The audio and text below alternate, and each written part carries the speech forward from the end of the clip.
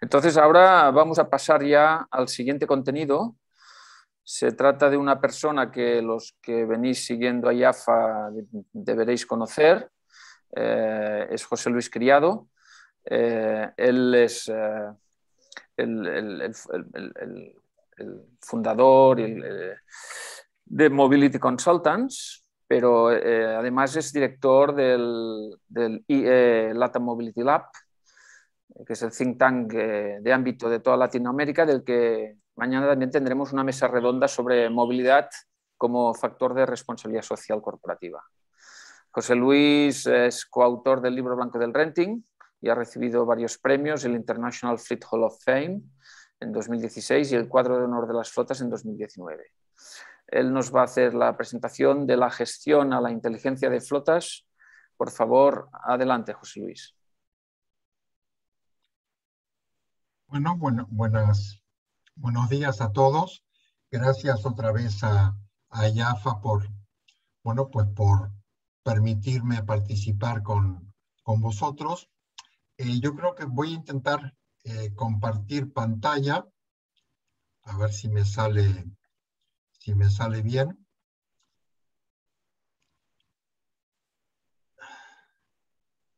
Bueno, pues como dice aquí de la gestión a la inteligencia de flotas, yo quisiera decir que, por supuesto, el título es muy sugerente, pero desde luego no voy a dar ni voy a comentar ningún tipo de receta mágica aquí, sino simplemente hacer unas reflexiones que espero que puedan tener interés para vosotros.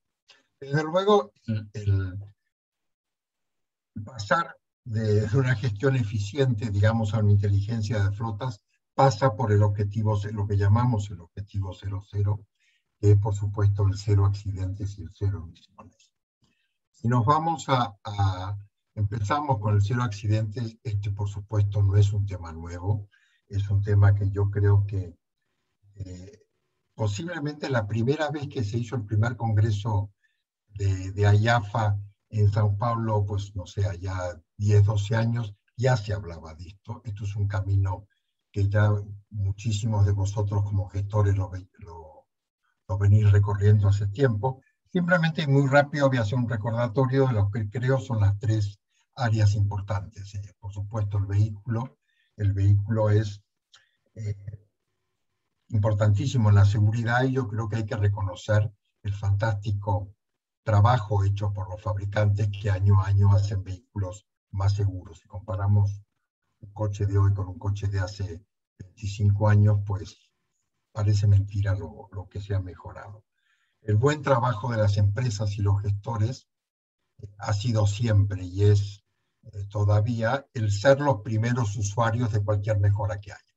Es decir, desde los coches de empresa siempre han sido los mejores equipados, los más seguros, los mejor cuidados de todos los coches que circulan en la carretera de cada uno de vuestros países. Y eso no es aplicable solo a Latinoamérica, sino una realidad en cualquier parte del mundo.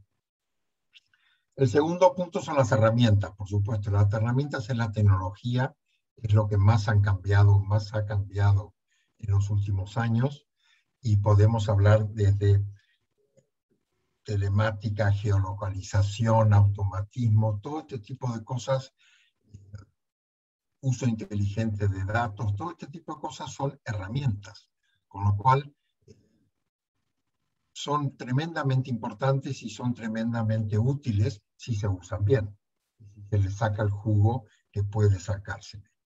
No voy a entrar tampoco mucho en esto porque de hecho entre hoy y mañana hay expertos en muchas de estas herramientas que pueden dar muchos detalles mucho mejor que yo. Lo único que me atrevo a sugerir es decir, estas herramientas funcionan y son rentables. Es decir, eso es una cosa que no me canso de repetir. Ahora, la herramienta per se puede ser bien usada o no tan bien usada. Ahora, bien usada es una de las formas más importantes de mejorar la seguridad, sin ninguna duda. Bueno, y en tercer lugar está el conductor. ¿Qué les voy a decir sobre el conductor? Que lo viven todos ustedes todos los días, es la parte más importante de la seguridad de una flota, sin ninguna duda. Medio en broma, yo no me canso de repetir que la mayor capacidad de ahorro y de seguridad en cualquier flota está en el pie derecho del conductor. Pues lamentablemente o afortunadamente es así. Hay que involucrar al conductor, hay que hacerlo partícipe y diría hasta cómplice de este objetivo de cero accidentes, porque si no vamos cuesta arriba, vamos como nadando contra la corriente. Y efectivamente a ese conductor hay que convencerle que a la empresa le importa. Yo creo que es bueno que el conductor llegue a un estado de sentirse orgulloso de cómo lo cuida, cómo se ocupa de él, la empresa. Por otra parte está el otro lado de la moneda, digamos, que es el resto de la empresa. Es decir, un objetivo de cero accidentes no puede ser el objetivo de una flota ni el objetivo de un gestor de movilidad o gestor de flotas. Tiene que ser un objetivo de la empresa. No existe nada más desilusionante o desmotivante para un conductor de una flota el ver que quizás él tiene unas reglas para usar un coche, quizás tiene unas penalizaciones y tiene una multa por exceso de velocidad, pero ve que a un directivo no se le trata igual. Eso es uno de los trabajos, yo creo que como gestores de movilidad, en ahí sí que es más difícil realmente conseguir, pero son muchas ya las empresas que lo toman muy en serio. Y después, por supuesto, está la función del gestor de movilidad, que es el artífice de todo lo que estamos hablando estos últimos minutos. El gestor de movilidad es la inteligencia de la flota. Es decir, en la medida que sus actuaciones sean acertadas, que su capacidad de vender las ideas tanto al conductor como al resto de la empresa para que puedan ser implantadas, es lo que hace la flota más segura. Pero bueno, esto lo sabéis, o sea que no voy a deciros más, pero sí quisiera terminar este capítulo con un pequeño piropo, y ahora lo explico.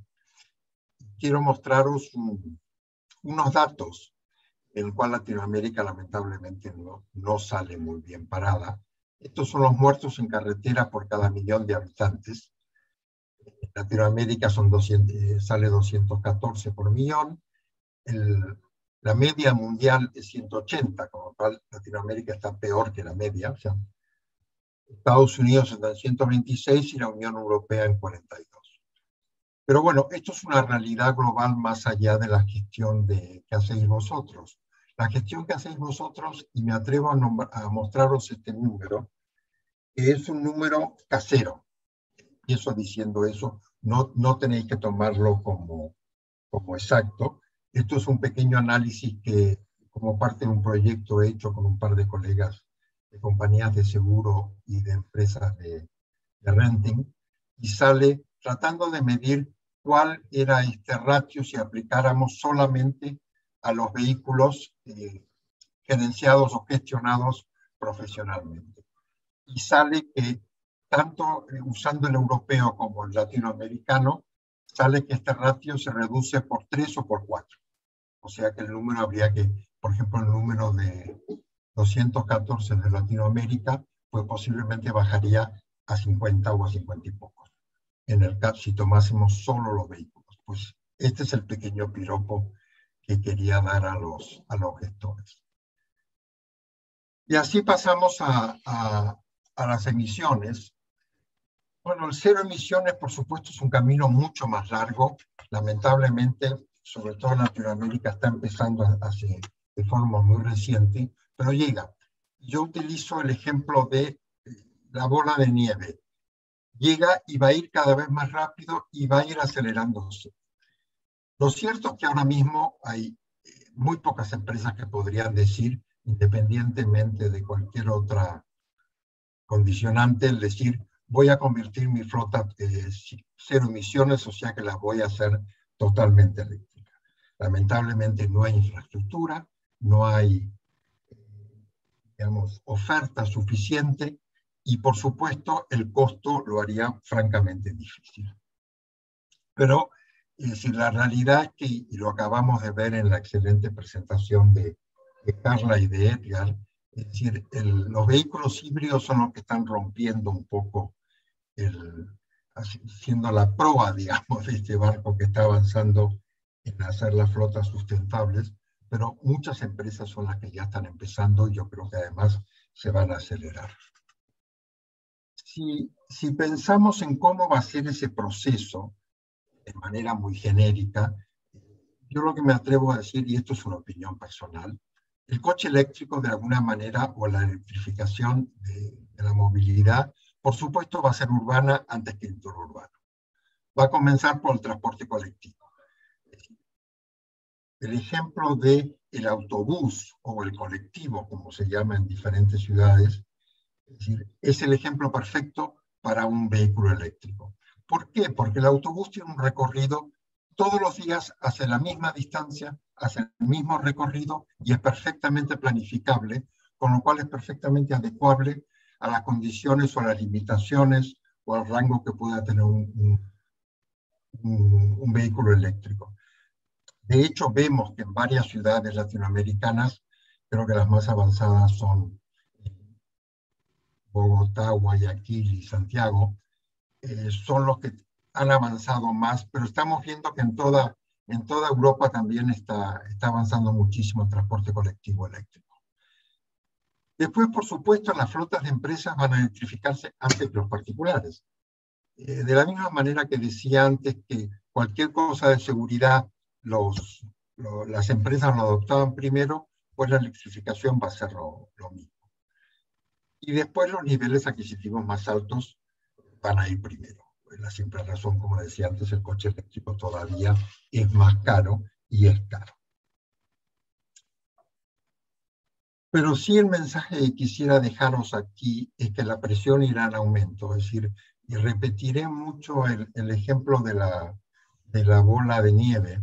Es decir, ahora mismo vosotros iréis notando que cada vez más hay como más presión. Y no solamente hay presión de todo lo que oímos sobre cambios climáticos, es decir, vamos a ver qué pasa la semana que viene en la famosa reunión esta del clima en Escocia, pero vuestras propias empresas, sobre todo las empresas internacionales, son las que van a empezar a hacer cada vez más presión para que vosotros en Latinoamérica os pongáis, digamos, al mismo nivel o os acerquéis a los niveles que ellos tienen en Europa o en Norteamérica.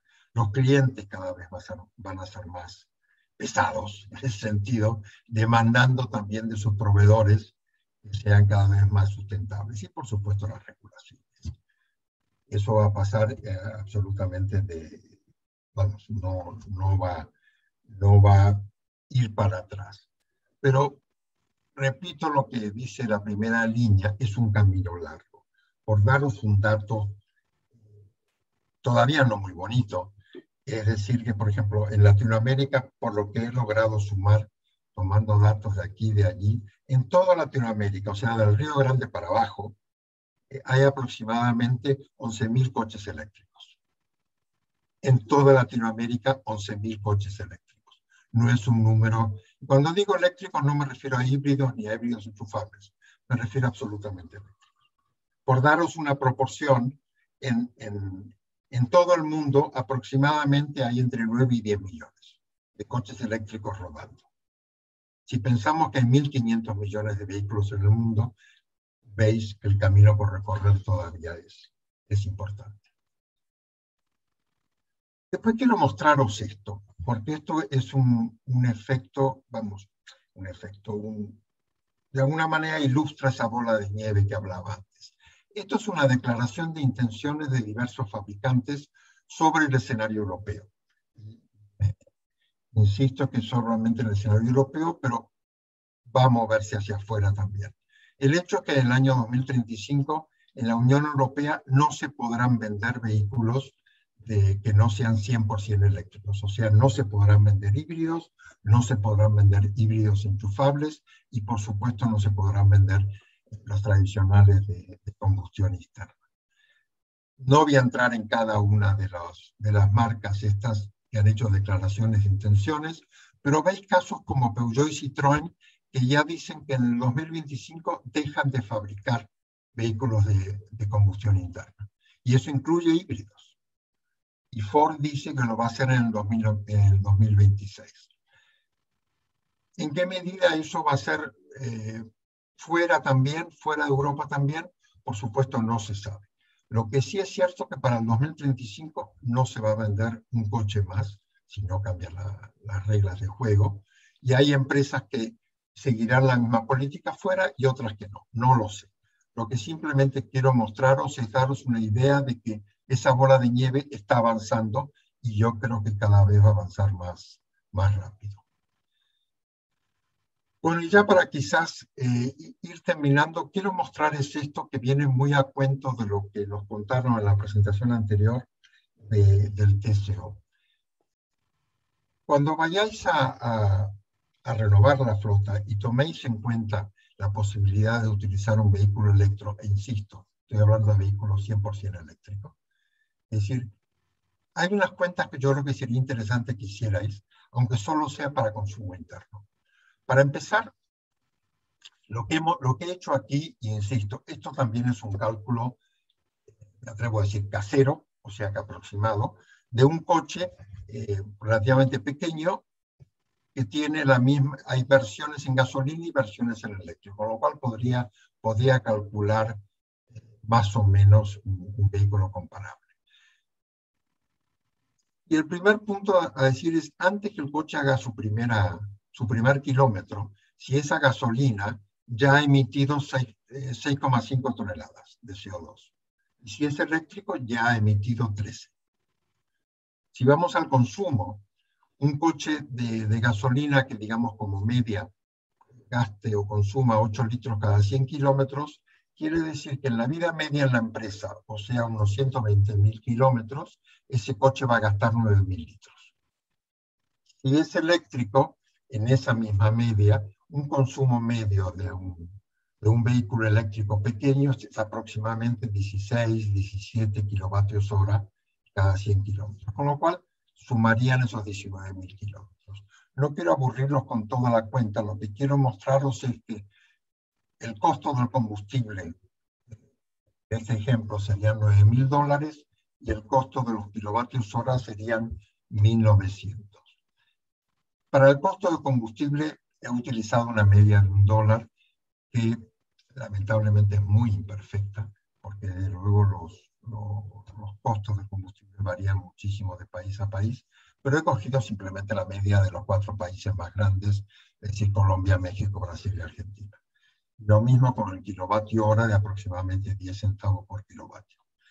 La realidad es cada uno es distinta y con el kilovatio hora me atrevería a decir que cuando hagáis cuentas, cuando el tema esté más desarrollado en vuestros países, por contarnos un anecdotario, lo que sucede, por ejemplo, bueno, uso España porque es el que tengo más cerca, pero vosotros podéis pagar, digamos, 12 centavos, 13 centavos quizás el costo si cargo el coche en mi casa por la noche, pero si voy a un cargador que está en un supermercado o que está en una estación de servicio, puedo llegar a pagar 5 o 7 veces ese precio. Lo que trato de transmitir simplemente es que cuando llegue el día que podáis o que hagáis ese tipo de cuentas, el dónde recargo es importante.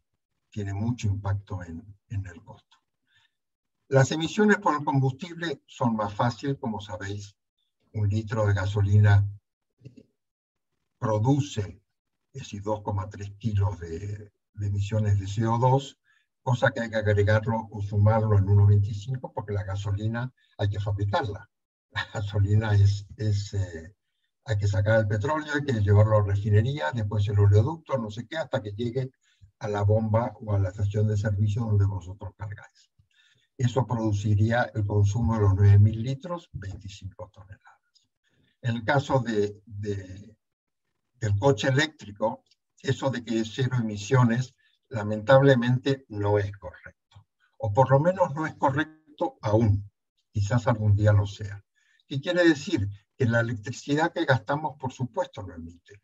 Pero generar esa electricidad depende de la media del mix que tenga ese país en cuanto a si hay centrales de carbón, centrales de fuel, centrales de gas, centrales atómicas, y eso produce una media muy difícil de calcular, por lo cual yo he intentado acercarme a una media, pero por favor, tomarlo, insisto, como un número absolutamente aproximado. Con lo cual me lleva a las emisiones totales. En el ejemplo, y no voy a aburrirlos, 28 toneladas para este coche de gasolina, 11 toneladas o casi 12 para este coche eléctrico. Y ahora nos vamos al costo. ¿Cuál es el costo de producir una tonelada de emisiones? La verdad es que no sabemos ni tenemos la remota idea. Es decir, si yo consumo X litros de gasolina y produzco una tonelada de CO2, ¿cuál es el costo? ¿Cuál es el impacto que tiene en el tsunami del año que viene que va a pasar en Filipinas? No tengo ni idea. Pero bueno, algo hay que tratar de medir de alguna forma. Lo cierto es que hay un mercado de emisiones. Como sabéis, muchos países tienen limitado lo que pueden hacer y las compañías también. Entonces, una compañía que emite más tiene que comprar en el mercado una capacidad de emitir más carbón. Ese costo es un mercado volátil como cualquier mercado bursátil, pero ahora mismo está aproximadamente 70. Y con eso llega a precios que dirías, bueno, pues las 28 toneladas de este coche de gasolina cuesta $1.900 y en el caso eléctrico unos $800. Bueno, y por terminar con un comentario positivo, esto simplemente, no voy a entrar en más, pero esto es un dato de una compañía consultora que hace estos análisis, propiedad de Bloomberg, que lo que dice, y ese es el mercado simpático, o el mensaje simpático, que los coches eléctricos van a bajar de precio rápidamente. Como sabéis ahora, un coche eléctrico está entre 12, 15, $18.000 más caro que su equivalente en gasolina, pero esto está a la baja. Eso es buena noticia en cuanto que cada vez van a ser más asequibles y posiblemente los volúmenes crezcan muy rápido. Para los operadores de coches es interesante pensar el impacto que esta curvita tiene en los cálculos de valores residuales de los próximos años, pero ahí no voy a entrar. Y con esto realmente voy a terminar. Lo que me atrevo a decir es que la bola de nieve sigue, el tiempo es corto, el 2035 va a tener un impacto en Latinoamérica también, por supuesto no tan fuerte como en Europa, pero lo va a tener. Y si pensáis para esa fecha, estamos hablando que son 2 renovaciones y media. Si vosotros vas a cambiar la flota cada 4 años, los 13 o 14 años que nos quedan hasta el 2035, es eso lo que queda para llegar a electrificarnos muchísimo más. Entonces, bueno, pues nada más, voy a dejar de compartir para que Jaume tome control y muchísimas gracias por vuestra paciencia.